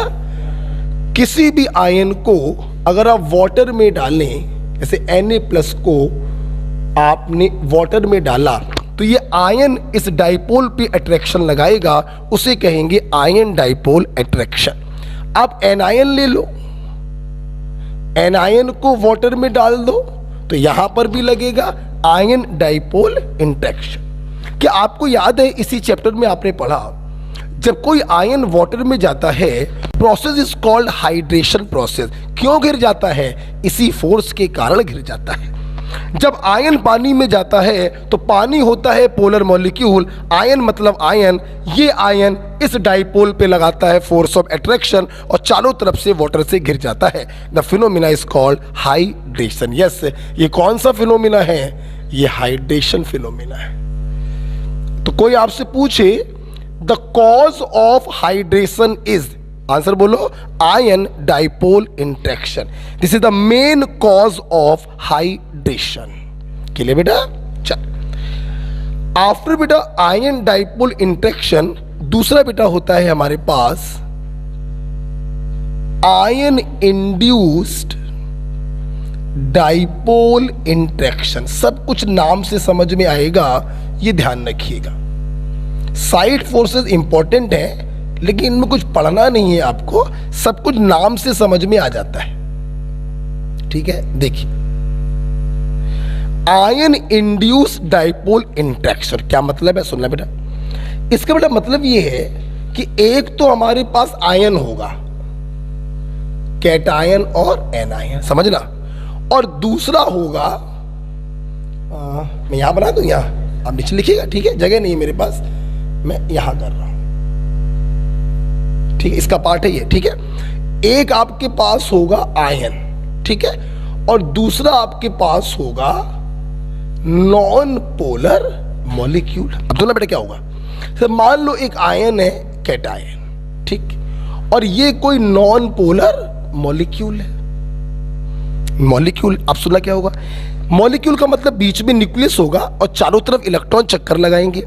ये कैटायन क्या करता है बेटा, ये कैटायन क्या करता है, इसके इलेक्ट्रॉन को अपनी तरफ आकर्षित करता है, मतलब इसके इलेक्ट्रॉन क्लाउड को पोलराइज करता है। क्या करता है, पोलराइज, जिसके कारण एक तरफ पार्शियल नेगेटिव और दूसरे छोर पर पार्शियल पॉजिटिव आ गया। अर्थात इस कैटायन ने क्या किया, इस नॉन पोलर मॉलिक्यूल जिसका नेट डाइपोल मूवमेंट 0 था, उसमें कुछ देर के लिए इसने एक डाइपोल पैदा कर दिया। तो डाइपोल इसने पहले पैदा किया, डाइपोल पहले इसने इंड्यूस किया, और अब देखिए प्लस और माइनस के बीच में लगेगा electrostatic force of attraction.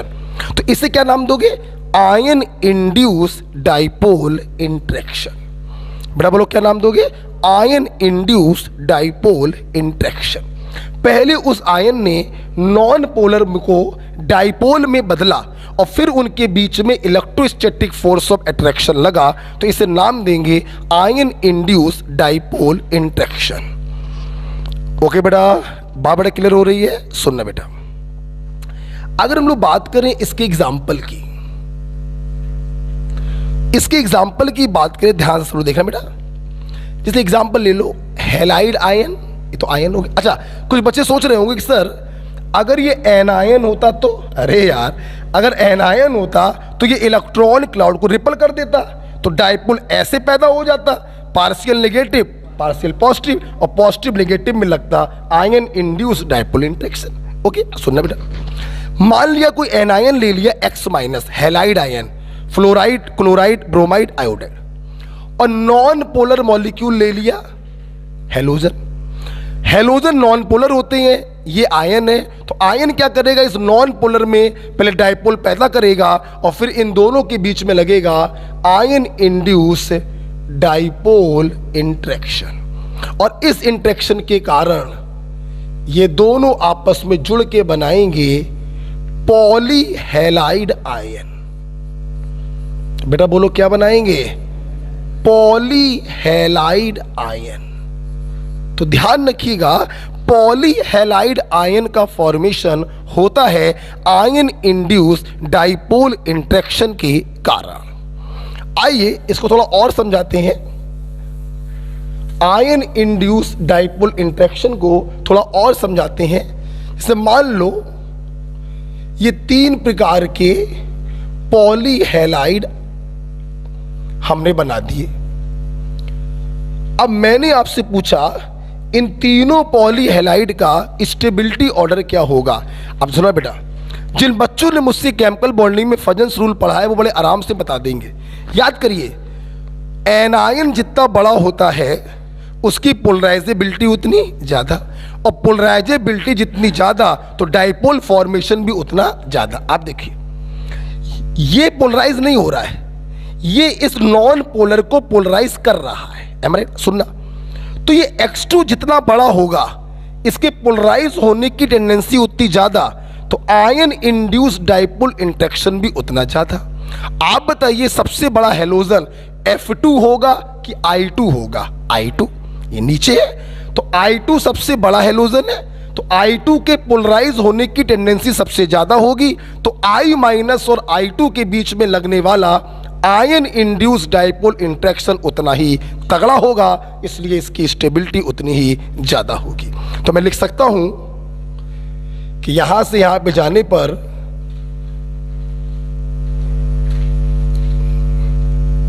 Halogen size बढ़ेगा, पोलराइजेबिलिटी बढ़ेगा, तो आयन इंड्यूस डाइपोल इंटरेक्शन बढ़ेगा, तो स्टेबिलिटी भी बढ़ेगा। तो पॉलीहैलाइड की स्टेबिलिटी का राज है ion induce dipole interaction. Okay, तो आयन डाइपोल इंटरेक्शन आपने देखा, एक आयन होगा दूसरा पोलर मॉलिक्यूल होगा। आयन इंड्यूस्ड डाइपोल इंटरेक्शन, एक आयन होगा दूसरा नॉन पोलर मॉलिक्यूल होगा। पहले ये आयन नॉन पोलर में डाइपोल पैदा करेगा, इंड्यूस करेगा, फिर दोनों के बीच में फोर्स ऑफ अट्रैक्शन लगेगा। Got it? ओके, आगे बढ़े बेटा, हटा दे इसको। तीसरा बेटा साइड फोर्स है, तीसरा बेटा साइड फोर्स है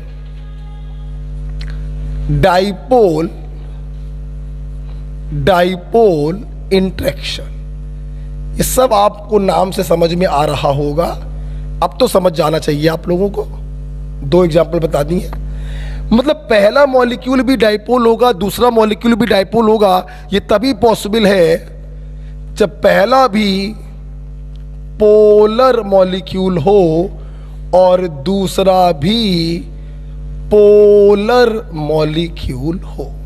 जब दोनों के दोनों पोलर मॉलिक्यूल होंगे, दोनों के दोनों डाइपोल के रूप में पाए जाएंगे, प्लस माइनस, तो इनके बीच में लगेगा इलेक्ट्रोस्टैटिक फोर्स ऑफ अट्रैक्शन। इसे हम लोग कहते हैं डाइपोल इंटरेक्शन। दोनों मॉलिक्यूल कैसे होने चाहिए? पोलर होने चाहिए। फॉर एग्जाम्पल, बहुत ही सिंपल है समझना, जैसे वाटर और एल्कोहल। समझे सब लोग बेटा? वाटर भी पोलर है, एल्कोहल भी पोलर है, due to presence of lone pair. इनके बीच में क्या लगेगा? Dipole interaction. अब कुछ बच्चे क्या सोच रहे हैं? अब कुछ बच्चे सोच रहे हो गुरुजी क्या मजाक कर रहे हो?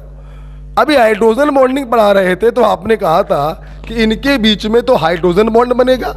फोन कॉल से H लगा, बगल में दूसरा phone call, intermolecular hydrogen bonding. मेरे लाल, मेरे भाई, hydrogen bond actually a type of very strong dipole interaction. अरे यार एक बात बता, यही तो हाइड्रोजन बॉन्ड था। अब एक बात बताओ, पार्शियल पॉजिटिव पार्शियल नेगेटिव एक डाइपोल नहीं बन गया? और पार्शियल पॉजिटिव पार्शियल नेगेटिव एक डाइपोल नहीं बन गया? तो इस हाइड्रोजन बॉन्ड को क्या हम डाइपोल इंटरेक्शन नहीं कह सकते हैं? बिल्कुल कह सकते हैं। तो इसमें हम आपको यही पॉइंट लिखवाना चाहेंगे, यही पॉइंट आप लिखिए, hydrogen bond are very strong type of dipole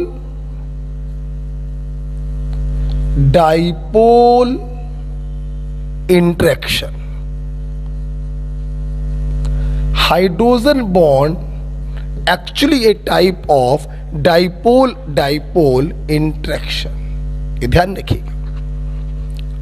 तो वाटर और एल्कोहल में आप हाइड्रोजन बॉन्ड भी बोल सकते हैं, डाइपोल डाइपोल भी बोल। देखिए एक बात ध्यान रखना, hydrogen bond is a type of dipole dipole, but all dipole dipole need not to be hydrogen bond. For example समझेंगे, एसीटोनाइट्राइल लोन पेयर है, पोलर होगा, और यहां पे हम ले लेते हैं मान लीजिए एसीटोन, लोन पेयर है, पोलर होगा। ठीक है, आप देखिए polar polar dipole dipole interaction लगेगा, लेकिन क्या इसको हाइड्रोजन बॉन्ड बोल सकते हो? नहीं बोल सकते हैं। तो जो हाइड्रोजन बॉन्ड है वो डाइपोल डाइपोल है, लेकिन सारे डाइपोल डाइपोल हाइड्रोजन बॉन्ड नहीं हो सकते। अभी आपने आईयूपीएसी नहीं पढ़ी है तो बस ये एग्जांपल लिख लीजिएगा, इसके नाम भी बस लिख लीजिए। हम आपको आईयूपीएसी में ये सब सिखाएंगे बेटा, तो इसकी टेंशन मत लेना। ये एसीटोनाइट्राइल है और इसका बेटा नाम है एसीटोन। ठीक है, बस लिख लीजिएगा। इस दो एग्जांपल से मेरे बच्चों को सीखने को मिला कि hydrogen bond are a type of dipole dipole interaction, but all dipole dipole जरूरी नहीं है कि वो हाइड्रोजन बॉन्ड हो। क्लियर? तो ये बेटा क्या हो गया, डाइपोल डाइपोल इंटरेक्शन। ओके, मैं आगे बढ़ूं बेटा। डाइपोल डाइपोल इंटरेक्शन को ध्यान रखिएगा, हम कीजम फोर्सेस भी कहते हैं।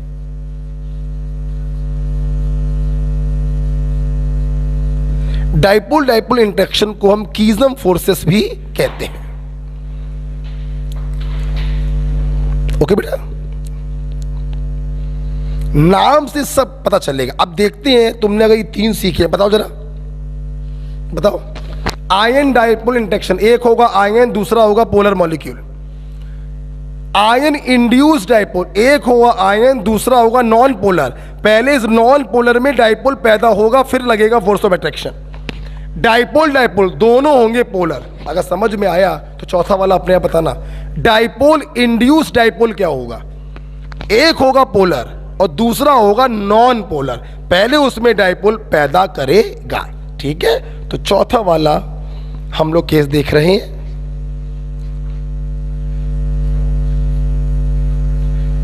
Dipole induced dipole interaction.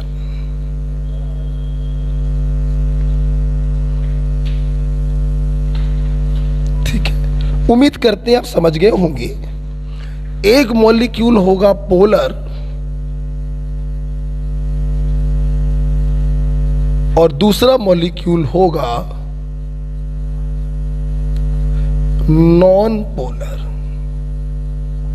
ठीक है, पोलर का मतलब ये डाइपोल के रूप में होगा और नॉन पोलर का मतलब ये सिमेट्रिकल होगा, नेट डाइपोल मूवमेंट 0। उम्मीद करते हैं कि आप समझ गए हैं। वैसे यहां पे समझाना है, इस डाइपोल का प्लस वाला पार्ट क्या करेगा, जो सिमेट्रिकल तरीके से इलेक्ट्रॉन सर्कुलर मोशन कर रहे हैं उसमें ये इलेक्ट्रॉनों को अपने तरफ घसीटेगा।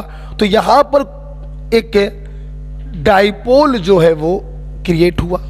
तो पहले इस डाइपोल ने इस नॉन पोलर को डाइपोल में बदला, पोलर में बदला, और फिर इनके बीच में लगा इलेक्ट्रोस्टैटिक फोर्स ऑफ अट्रैक्शन। तो इसे कहते हैं dipole induce dipole interaction. Example इसका बहुत ही इंपॉर्टेंट है, बहुत पूछा जाता है इसका एग्जाम्पल, और इसका एग्जाम्पल है वाटर में हम इनर्ट गैसेस को डिसॉल्व करें। बेटा बोलो किसको, inert gas. Water is a dipole polar और इनर्ट गैसेस क्या होती हैं, सिमेट्रिकल। तो इनके बीच में क्या लगेगा, डाइपोल इंड्यूस डाइपोल इंटरेक्शन। अब सोचने की बात बेटा ये है, जिस इनर्ट गैस का साइज जितना बड़ा होगा उसकी ऐसे पोलराइजेबिलिटी उतनी ज्यादा। तो डाइपोल इंड्यूस डाइपोल इंटरेक्शन भी उतना ज़्यादा। आप बताओ सबसे बड़ी कौन सी इनर्ट गैस होगी? नीचे वाली, जिनन।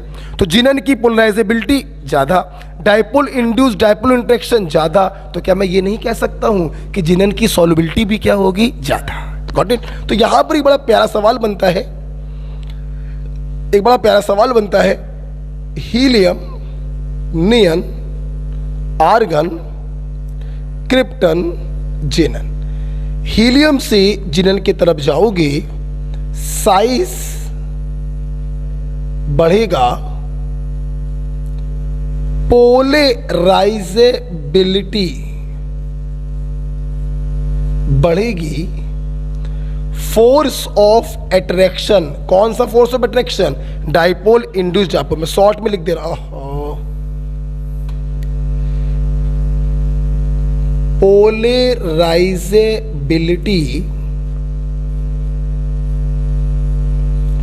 बढ़ेगा तो डाइपोल इंड्यूस डाइपोल इंटरेक्शन भी बढ़ेगा, तो सॉल्युबिलिटी भी बढ़ेगी।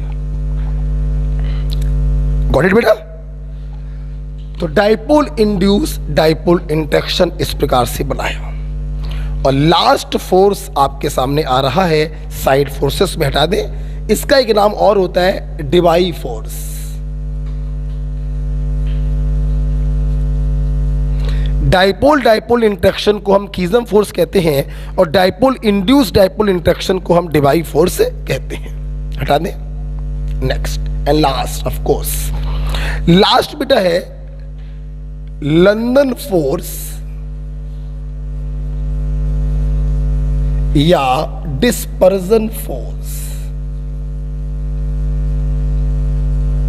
लंदन फोर्स या डिस्पर्जन फोर्स।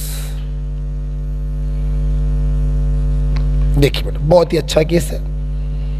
लंदन फोर्स या डिस्पर्जन फोर्स लगता है जब दोनों के दोनों मॉलिक्यूल नॉन पोलर होते हैं।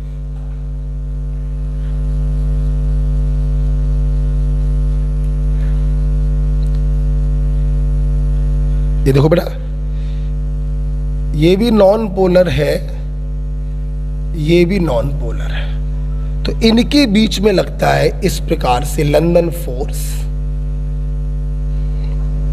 ओके बेटा, तो नॉन पोलर मॉलिक्यूल के बीच में लगता है लंदन फोर्स। एग्जाम्पल के तौर पर आप देखिए, जैसे बिटवीन हाइड्रोजन मॉलिक्यूल के बीच में क्या लग रहा है? लंदन फोर्स लग रहा है। Between halogen molecule, halogen non polar होता है, थोड़ी देर पहले बताया था। बिटवीन इनर्ट गैसेस भी नॉन पोलर होती हैं, इनके बीच में क्या लगेगा? London force. और बिटवीन बेंजीन मॉलिक्यूल, सारे एग्जाम्पल आप देख चुके हो, ये सब क्या होते हैं? Non polar. तो नॉन पोलर के बीच में लगता है लंदन फोर्स या डिस्पर्जन फोर्स। ओके बेटा, सुनना मेरी बात, थोड़ा समझाना पड़ेगा, एनसीईआरटी का पॉइंट है। अब तुम लोग सोच रहे होगे कि जितने एग्जाम्पल आपने अभी तक दिखाए सब में कहीं ना कहीं प्लस और माइनस था, तो फोर्स ऑफ अट्रैक्शन लग रहा था। यहां पे क्या है? यहां पे क्या है? तो आओ इसको मैं आपको समझाता हूं।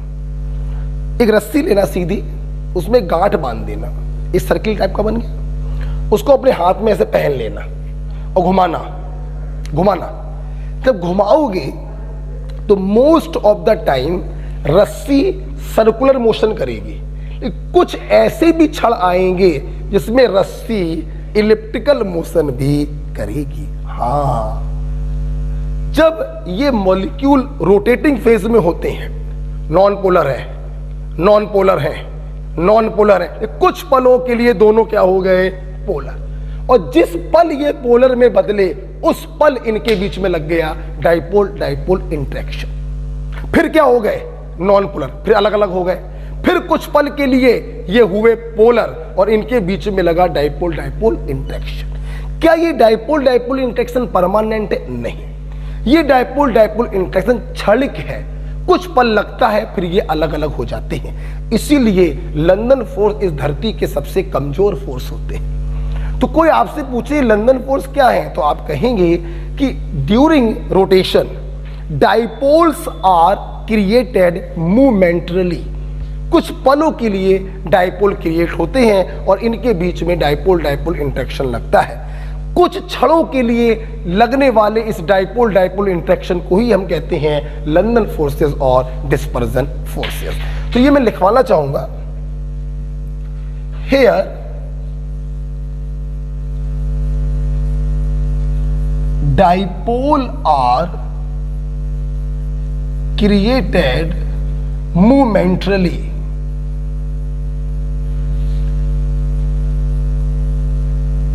Here dipoles are created momentarily.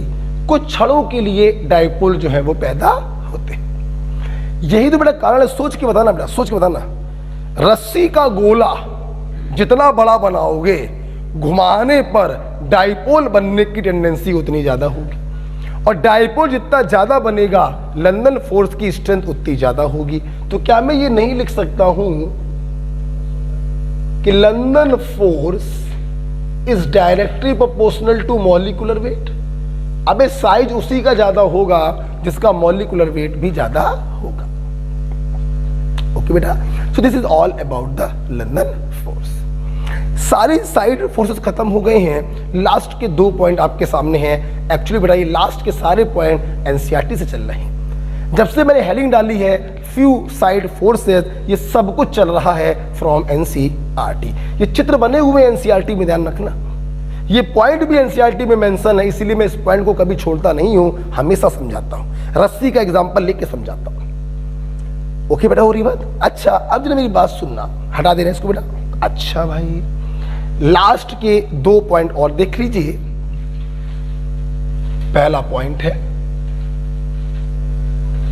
Interaction energy of dipole dipole interaction. सुन लो मेरी बात।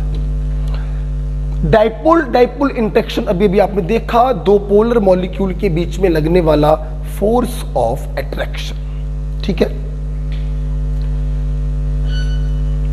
2 पोलर मॉलिक्यूल के बीच में लगने वाला फोर्स ऑफ अट्रैक्शन। ध्यान सुने बेटा, डाइपोल डाइपोल इंटरेक्शन की जो इंटरेक्शन एनर्जी होती है, it is inversely proportional to r cube and sometime it is inversely proportional to r की पावर 6। आर क्यूब बेटा तब करते हैं जब दोनों पोलर मॉलिक्यूल स्टेशनरी होते हैं, और आर की पावर 6 तब होता है जब दोनों पोलर मॉलिक्यूल रोटेटिंग होते हैं। यहां पे बेटा आर का मतलब क्या है, ध्यान दो बेटा। एक डाइपोल ये है और एक डाइपोल ये है, इन्हीं के बीच में लग रहा है डाइपोल डाइपोल इंटरेक्शन। इन्हीं के सेंटर टू सेंटर इस डिस्टेंस को हम कह रहे हैं आर। ओके अंदर बेटा, अगर ये दोनों डाइपोल रुकी हुई अवस्था में है तो आर की पावर 3 करेंगे, और अगर ये रोटेटिंग फेज में है तो आर की पावर 6 करेंगे। Interaction energy of dipole dipole interaction stationary phase में डिस्टेंस के क्यूब के इनवर्सली है, और रोटेटिंग फेज में डिस्टेंस की पावर 6 के इनवर्सली है। Is it clear? यहीं पर बेटा एनसीईआरटी में पॉइंट लिखा हुआ है, interaction energy of London force. अब देखना, जो समझेगा वो बिना हमको हमारे बताए आंसर बता देगा। देखना, लंदन फोर्स क्या होते हैं? रोटेटिंग अवस्था में कुछ पलों के लिए डाइपोल पैदा होते हैं और डाइपोल डाइपोल इंटरेक्शन लगता है। तो क्या मैं ये नहीं कह सकता हूं कि लंदन फोर्स जो होते हैं वो रोटेटिंग फेज में लगने वाले डाइपोल डाइपोल होते हैं, और रोटेटिंग फेज में interaction energy is inversely proportional to r की पावर 6। तो लंदन फोर्स में एक ही फार्मूला आएगा, इनवर्सली प्रोपोर्शनल टू आर की पावर 6। ओके बेटा? अच्छा भाई, अब हम लोग बात करते हैं, ये एनसीईआरटी का पॉइंट हो गया। अब हम लोग, जो मैंने कहा था कि 2 ही पॉइंट बताने हैं, लास्ट पॉइंट है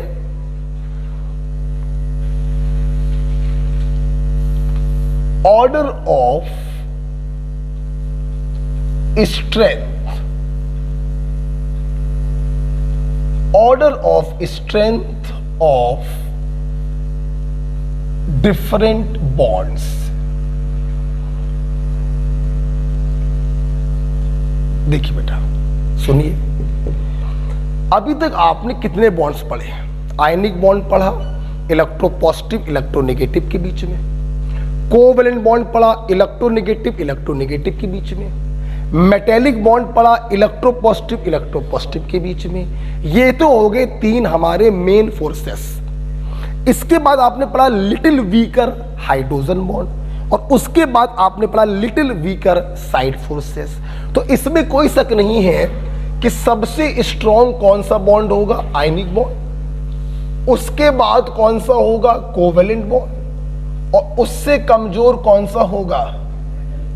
मेटेलिक बॉन्ड। ये तो 3 मेन फोर्सेस हो गए, electropositive electronegative, electronegative electronegative, electropositive electropositive. और उससे कमजोर हो गया हाइड्रोजन बॉन्ड, और सबसे कमजोर हो गया साइड फोर्सेस।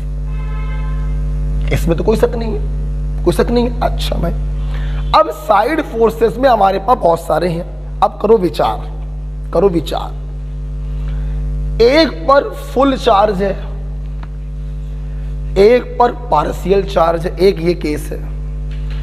दोनों पर पार्शियल चार्ज है, एक ये केस है। बताओ ज्यादा स्ट्रॉन्ग किसमें होगा? ऑफ कोर्स फुल और पार्शियल में लगने वाला फोर्स ज्यादा होगा। मतलब ion dipole interaction is stronger than dipole dipole interaction. Um right? फिर सोचना, एक ये भी है, ये नॉन पोलर है। मतलब पहले डाइपोल पैदा करो और फिर फोर्स ऑफ अट्रैक्शन लगाओ। तुम बताना, जो परमानेंट डाइपोल है वहां ज्यादा फोर्स लगेगा या जहां पे डाइपोल पैदा करना पड़ रहा है? Permanent dipole.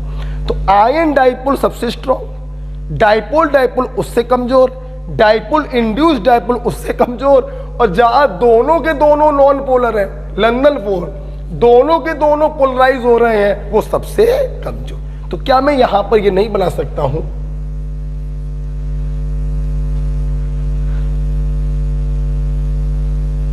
सबसे स्ट्रॉन्ग कौन सा हो जाएगा?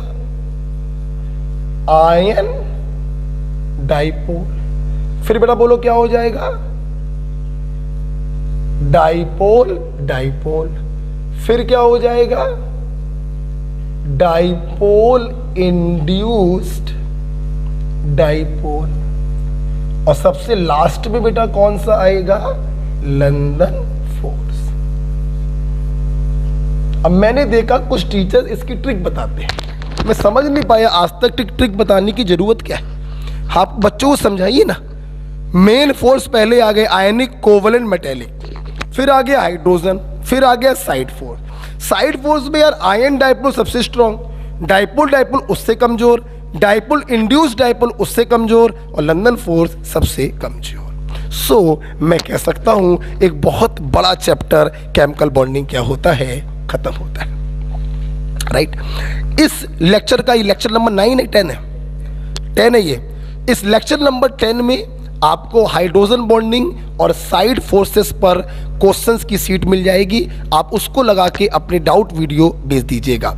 आपके पास टोटल 3 सीटें हो गई हैं। एक हो गई है केमिकल बॉन्डिंग सीट नंबर 2, एक हो गई है जिसमें केमिकल बॉन्डिंग सीट नंबर 2 में था पोलर, नॉन पोलर और बॉन्ड कैरेक्टरिस्टिक।